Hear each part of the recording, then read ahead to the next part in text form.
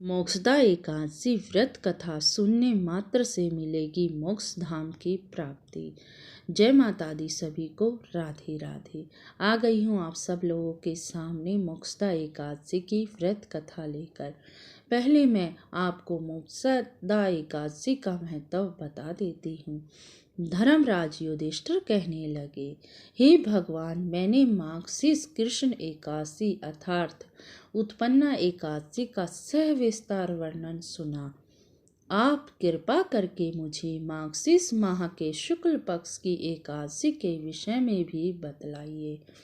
इस एकादशी का क्या नाम है तथा इसके व्रत का क्या विधान है, इसकी विधि क्या है, इसका व्रत करने से किस फल की प्राप्ति होती है, कृपा करके सब विधि पूर्वक कहिए।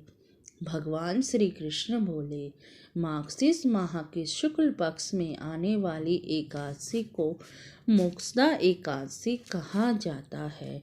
यह एकादशी अनंत जन्म को फलों को नष्ट करके मोक्ष धाम की प्राप्ति दिलाने में सक्षम है।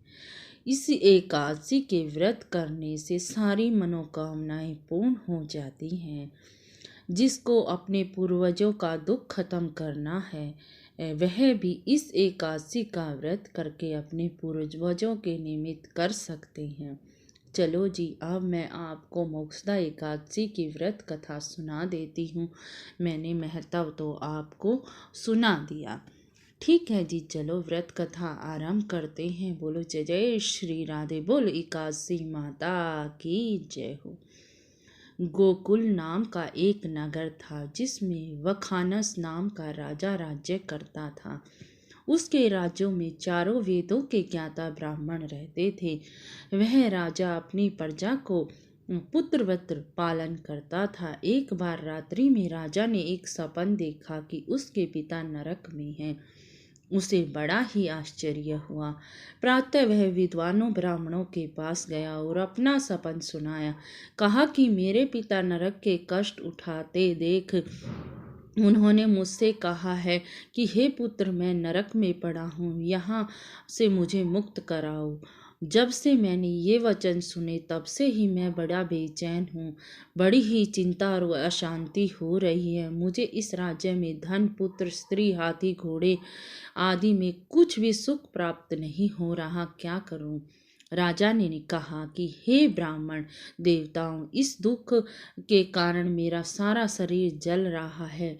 अब आप कृपा करके कोई तप, दान, व्रत आदि ऐसा उपाय बताइए जिससे कि मेरे पिता को मुक्ति प्राप्त हो। उस पुत्र का जीवन व्यर्थ है जिसके माता पिता का ही उद्धार ना हुआ हो। एक उत्तम पुत्र जो अपने माता पिता तथा पूर्वजों के उद्धार करता है, वह 1000 मुख वाले पुत्रों से भी अच्छा होता है। जैसे एक चंद्रमा सारे जगत को प्रकाश देता है, उसी प्रकार हजारों तारे नहीं दे सकते। ब्राह्मणों ने कहा, हे राजन, यहाँ पास ही भूत भविष्य वर्तमान के ज्ञाता पर्वत ऋषि का आश्रम है। आपकी समस्या का वो हल जरूर करेंगे। ऐसा सुनकर राजा मुनि के आश्रम में गया। उस आश्रम में अनेक शांत चित्त के योगी तपस्या कर रहे थे। उस जगह पर्वत मुनि भी बैठे थे। राजा ने मुनि को साष्टांग दंडवत किया। मुनि ने राजा के शयोपांग कुशल पूछी। राजा ने कहा, महाराज, आपकी कृपा से मेरे राज्य में सब कुशल है, लेकिन अकस्मात ही मेरे चित्त अत्यंत अशांत है। ऐसा सुनकर पर्वत मुनि ने आंखें बंद कर भूत विचारने लगे। फिर बोले, हे राजन, मैंने योग बल से तुम्हारे पिता के कुकर्मों को जान लिया है। उन्होंने पूर्व जन्म में कामातुक होकर एक पत्नी के रति दी थी। तू सोत के कहने पर दूसरी पत्नी को ऋतुदान मांगने पर भी नहीं दिया। उस पाप कर्म के कारण तुम्हारे पिता नरक में जाना पड़ा। तब राजा ने कहा कि कोई उपाय बताइए। मुनि ने कहा, हे राजन, आप मार्गशीर्ष एकादशी का उपवास रखें।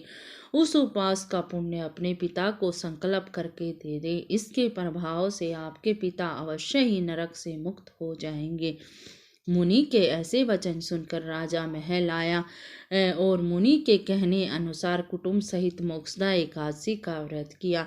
इसके उपवास का पुण्य अपने पिता को अर्पण कर दिया। इसके प्रभाव से उसके पिता को मुक्ति मिल गई और स्वर्ग में जाते हुए पुत्र से कहने लगे, हे पुत्र, तेरा कल्याण होगा।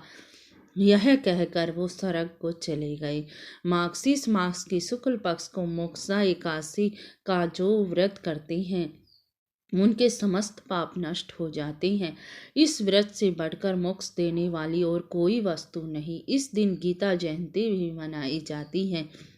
साथ ही यह एकादशी बड़ी ही पुण्यदायक है, अतः इस एकादशी का महत्व कई गुना बढ़ जाता है।